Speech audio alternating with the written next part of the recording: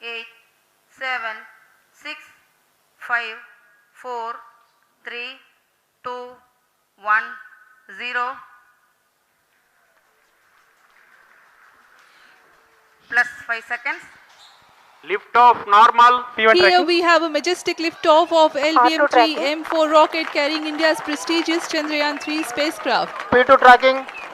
प्रज्वलन और सफलतापूर्ण उत्थापन LVM-3 M4 rocket का।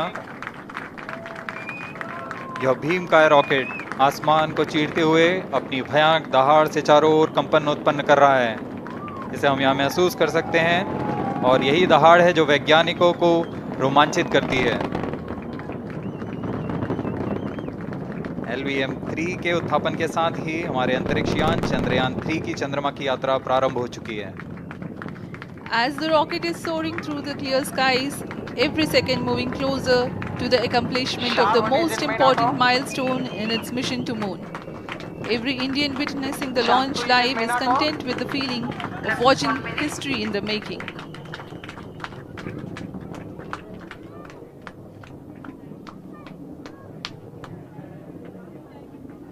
चंद्रमा की सतह पर अपना छाप छोड़ने के लिए चंद्रयान-3 अपने मिशन को पूरा करने निकल चुका है। वर्तमान में दोनों S-200 स्ट्रैप-ऑन बूस्टर सामान निष्पादन करते हुए अपनी निर्दिष्ट कक्षा की ओर बढ़ रहे हैं।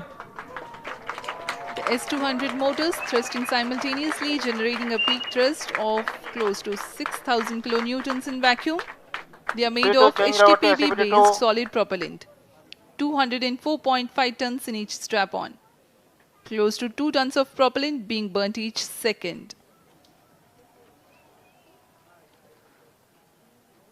S-200 स्ट्रैप-ऑन बूस्टर्स का कुल प्रज्वलन काल 126 सेकंड का है और अभी अभी घोषणा की गई L110 स्टेज का भी प्रज्वलन शुरू हो चुका है।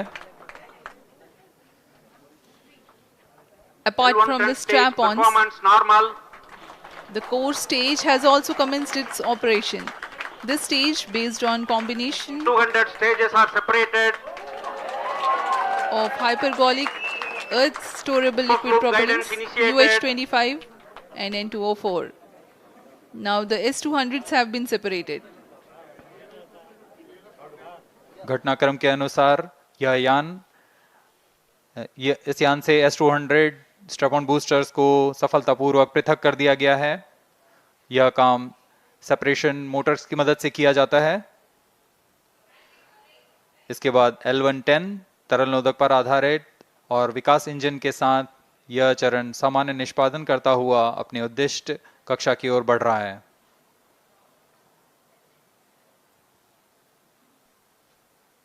अब यान क्लोज लूप गाइडेंस के अंतर्गत है। L110 stage performance normal.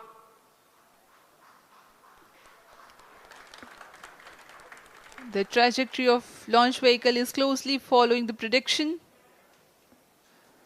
Payload fairing separated. जी हाँ, पेलोड फेयरिंग को पृथक कर दिया गया है यान से, क्योंकि यान अब 114.8 किलोमीटर की ऊंचाई प्राप्त कर चुका है। इस चरण का कुल प्रज्वलन काल 200 सेकेंड होता है और इस दौरान यह करीब 1600 किलो न्यूटन का प्रणोद उत्पन्न करता है। We are 220 seconds past the launch time. Current altitude is 135 kilometers. In the 200 seconds of its operation, the L110 stage carries the rocket up to 175.5 kilometers altitude and imparts a relative velocity of 4.18 kilometers per second, that is 250 kilometers every minute. L110 stage performance normal. LVM-3 M4 rocket का द्वितीय चरण पूर्णतः सामान्य निष्पादन करते हुए इस चरण में कुल 113 टन के तरल नोदक भरे जाते हैं।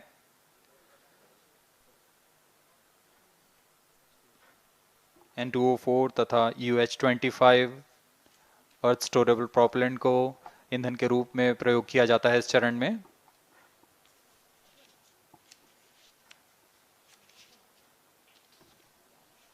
Cryo stage ignition is authorized.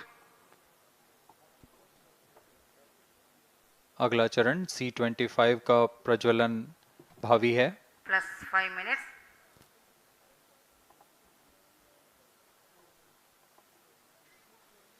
L110 stage thrust cut off and separated. C25 ignition command. 25 ignition confirmed. That's a piece of really good news that the third stage has started its operation. The C25 stage has been ignited. जी हाँ, एक बहुत ही जटिल प्रक्रिया होती है cryo engine का ignition, और इसके प्रज्वलन के साथ ही तालियों की गड़गड़ाहट से गूंज उठा है मिशन नियंत्रण कक्ष। तृतीय चरण C25 वर्तमान में प्रणोद उत्पन्न कर रहा है। पूर्णतः सामान्य, सभी तंत्र पूर्णतः सामान्य हैं। 118 kilonewtons thrust in vacuum is what the stage develops with its 28.6 tons propellant combination of liquid hydrogen and liquid oxygen. Present Cryo altitude stage is close. performance normal. तृतीय और यह अंतिम चरण है इस यान का C25। यह क्रायो ईंधन पर आधारित चरण है जिसमें लिक्विड हाइड्रोजन, लिक्विड ऑक्सीजन का इस्तेमाल होता है। इसमें कुल 28 टन का क्रायो ईंधन पूरी सुरक्षा तथा सावधानी के साथ भरा जाता है। इस चरण में 186 किलोन्यूटन का प्रणोद उत्पन्न होता है और यह करीब 640 सेकंड तक प्रज्वलित रहेगा। इसमें दिशा नियंत्रण के लिए इंजन जिम्बल का इस्तेमाल किया जाता है। क्रायो ईंधन का विशिष्ट आवेग 446 सेकंड के करीब होता है।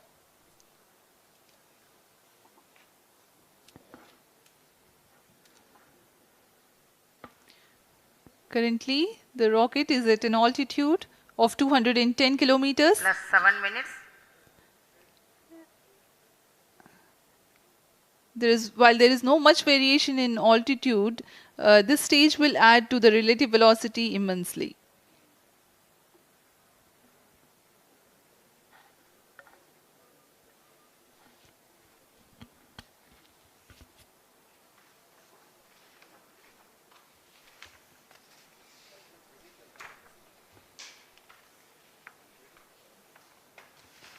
Cryo stage आइए performance अब आपको normal. पेलोड के बारे में जानकारी देते हैं। लैंडर मॉड्यूल्स पे कई वैज्ञानिक प्रयोगों के लिए पेलोड्स लगाए गए हैं।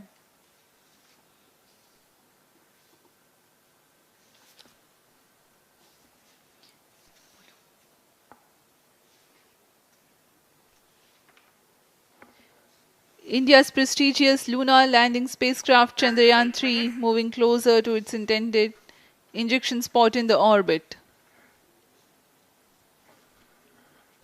The propulsion module provides propulsion for earthbound maneuvers, translunar injection, and moonbound orbits. It also has a payload to study the spectral and polarimetric measurements of Earth and lunar orbit. The abbreviated name of the payload is SHAPE.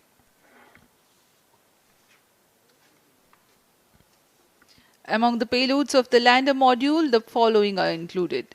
A Langmuir probe called Rambha to measure the near-surface plasma density, that is the density of ions and electrons, and its changes with time.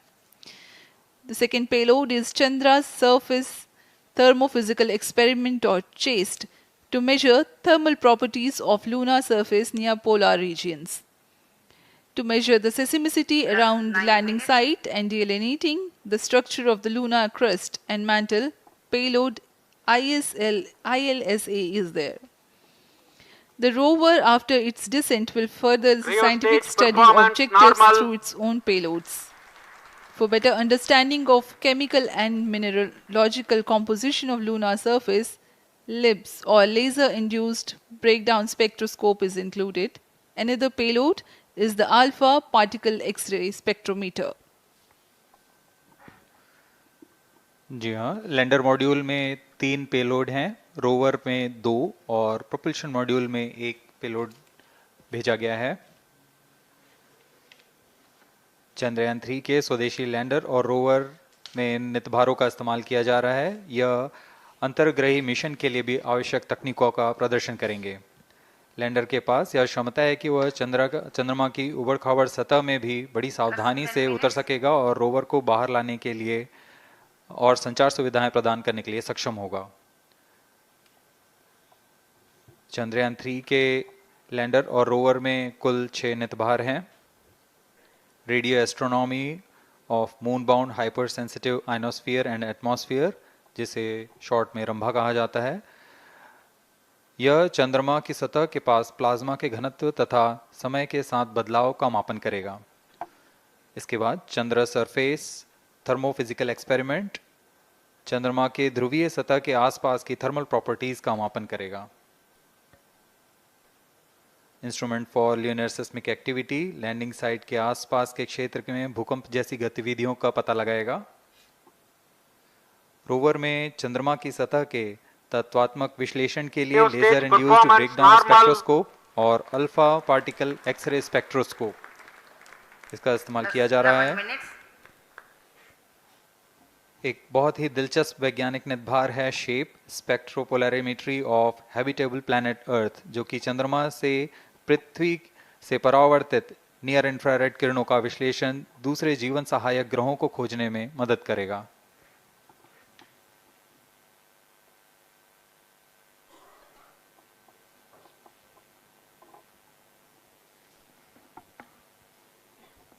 वर्तमान में C-25 engine कार्यरत है और पूर्णतः सामान्य प्रदर्शन कर रहा है। अब हम प्रमोशन से 700 सेकंड की दूरी पर आ चुके हैं। सापेक्ष गति 6.5 किलोमीटर प्रति सेकंड, ऊंचाई 191 kilometre.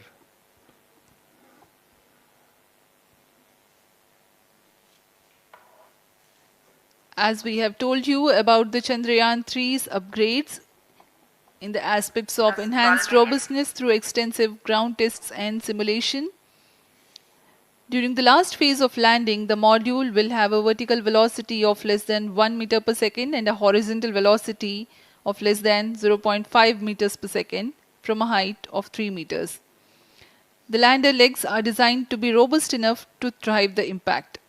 The cameras are tuned to take pictures ahead of the landing and enable intelligent decision making for choice of best location to land, avoiding craters and boulders on lunar surface. The successive pictures will also enable the craft to determine its horizontal and vertical velocity in real time. Laser Doppler velocity sensor is an upgrade in Chandrayaan 3 over its predecessor. It helps to determine instantaneous velocity of craft. Insights into the behavior of Chandrayaan 2 in the last few minutes of its descent has revealed to the scientists the necessity for upgrade in the guidance algorithm. Inputs from various sensors are used by the autonomous navigation guidance algorithm of Chandrayaan 3 to plan the flight path to the most suitable landing spot. The engines of Chandrayaan 3 are capable of more gradual throttling also.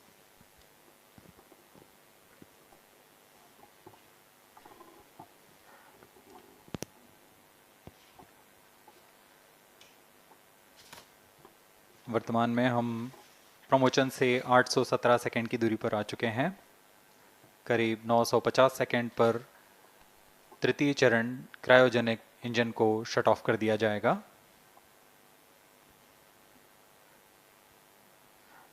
और उचित अभिवृद्धि प्राप्त कर चंद्रयान 3 को यान से पृथक कर दिया जाएगा।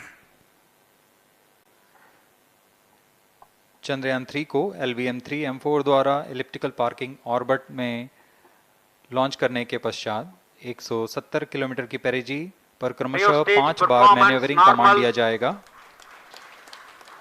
5वीं बार में यह पृथ्वी से चंद्रमा की ओर प्रस्थान करेगा, जिसे हम ल्यूनर ट्रांसफर ऑर्बिट के नाम से जानते हैं। फिर 5 अगस्त 2023 को यह चंद्रमा की कक्षा में प्रवेश करेगा और फिर क्रमशः 5 मैन्यूवरिंग के पश्चात प्रोपल्शन मॉड्यूल चंद्रमा की 100 किलोमीटर की वृत्ताकार कक्षा में स्थापित हो जाएगा। यहाँ यह उचित समय और आवृत्ति में लैंडर मॉड्यूल को पृथक करेगा और 23 अक्टूबर 2023 को चंद्रमा की सतह पर लैंडिंग की प्रक्रिया शुरू की जाएगी।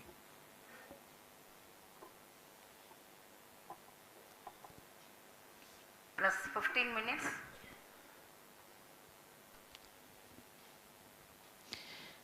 We have come close to 900 seconds after the launch. Currently, the C-25 stage is thrusting. Current relative velocity is 9.29 kilometers per second.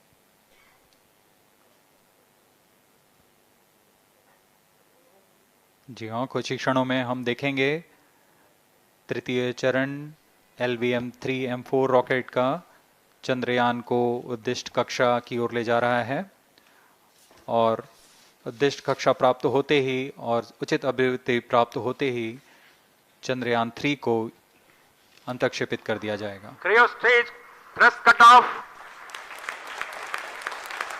Satellite injection condition is achieved. अभी पुष्टि की गई चंद्रयान 3 को प्रमोशन की कक्षा प्राप्त कर ली गई है। Chandrayaan 3 satellite separated. चंद्रयान 3 को सफलतापूर्वक अंतक्षेपित कर दिया गया है एलिप्टिकल पार्किंग ऑर्बिट पर। Chandrayaan 3 has attained a major milestone successfully. Chandrayaan 3 mission accomplished. Handing over to mission director. This is mission director. The LVM-3M4 Chandrayaan mission accomplished its precise satellite injection conditions. LVM-3M4 mission is successful. Jai Hind. The launch has also added a feather in the cap of LVM-3 rocket. You can watch the jubilant congratulatory gestures of ISRO scientists in the Mission Control Center. जी हाँ, चंद्रयान को सफलता